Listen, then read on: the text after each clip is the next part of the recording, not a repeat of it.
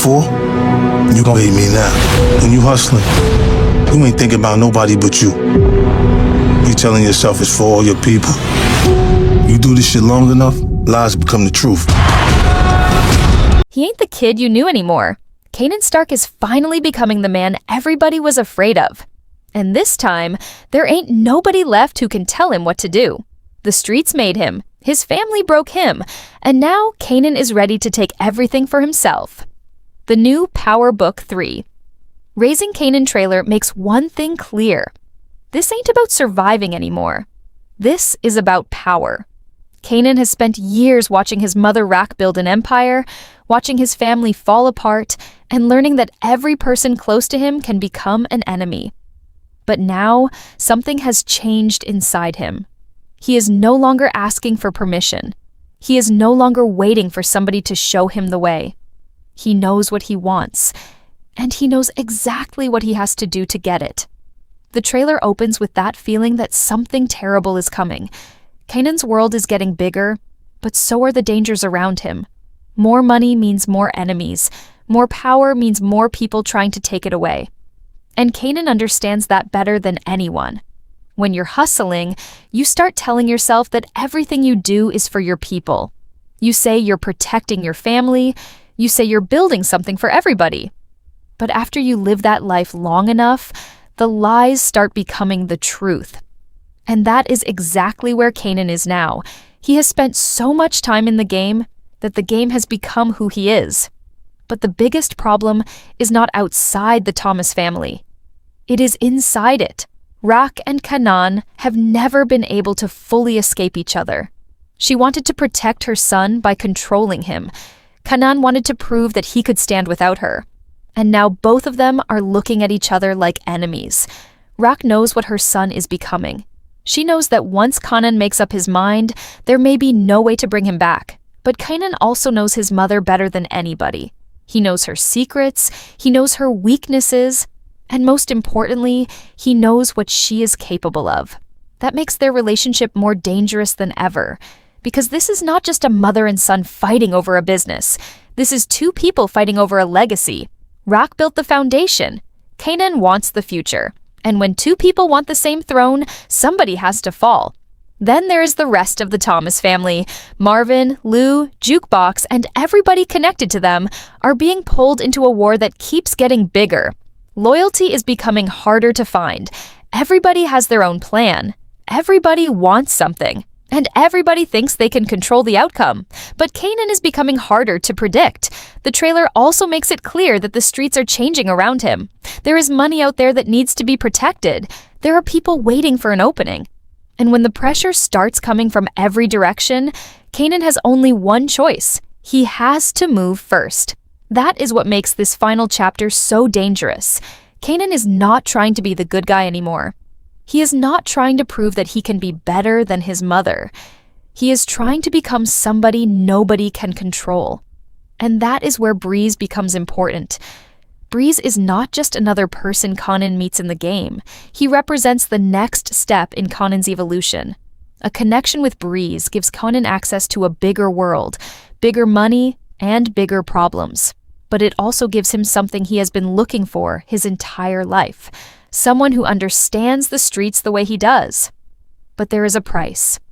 Every alliance in this world comes with a price. You can work with somebody today and have to kill them tomorrow. You can call somebody family 1 minute and an enemy the next. Kanan knows that. He has seen it happen again and again. So even when he trusts someone, part of him is already preparing for the moment that trust disappears. And that is why the trailer feels so dangerous. Everybody is making moves. Everybody is hiding something. And nobody knows who is going to survive the war. The most interesting part is how far Kanan has come. At the beginning of his story, he wanted his mother's approval. He wanted to prove himself. He wanted to be respected. But now he has something much darker. He wants control. And once a person starts believing that power is the only thing keeping them safe, there is almost nothing they won't do to keep it. Kanan's biggest enemy may not even be Rak, Breeze, or anyone else in the streets. It may be the person he is becoming. Because every time Kanan chooses violence, it becomes easier the next time. Every time he betrays someone, the next betrayal becomes less painful. Every time he crosses a line, that line moves farther away. And eventually, there may be no line left. That is the tragedy of Kanan Stark. He wanted to become powerful because he thought power would protect him. But power doesn't protect you. It makes everybody around you afraid of you. And when people are afraid of you, they start planning against you. The trailer is also setting up a major question about family. How much can Kanan destroy before there is nothing left to call family? Because the Thomas family has already lost too much. Secrets have destroyed relationships. Betrayals have created enemies. And now everybody is carrying their own pain. Rak knows that. Kanan knows that. But neither one is ready to stop. And that's why this war feels personal. Kanan isn't just fighting for money anymore. He is fighting to prove that he doesn't need anybody. He wants to show Rak that the boy she raised is gone. He wants the streets to respect his name. And he wants to build something that belongs to him. But the more Kanan wins, the more he loses. That is the part nobody sees coming. Because you can win the streets and still lose your family. You can have money in your pocket and still have nobody beside you. You can become feared by everybody and still be completely alone. And Kanan is getting closer to that point with every move he makes. The final season is also important because we already know where Kanan eventually ends up in the original Power story. That means every choice here carries a different weight. We are not watching to find out if Kanan becomes ruthless. We already know he does. We are watching to find out how he gets there. Who breaks him? Who betrays him?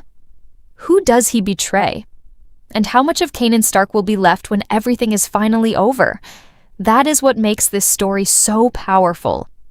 Because the ending was never really a mystery. The journey was. And now the journey is reaching its final point. Kanan once believed that the streets were about loyalty.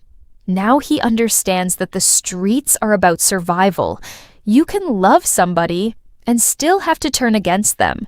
You can call somebody family and still put a target on their back. You can forgive somebody once, but the second betrayal can change everything. And Kanan has reached that point. There is no turning back. The money is bigger. The enemies are closer. The family is falling apart. And Kanan is finally ready to become the man we always knew was waiting underneath. This is no longer just a story about how Kanan entered the game. This is the story of how the game completely changed him. And if the trailer is giving us one final warning, it is this. When Kanan decides that you're his enemy, don't expect him to forgive you. Because this time, Kanan isn't asking who deserves to live. He's deciding who doesn't. And once that decision is made, there ain't no turning back.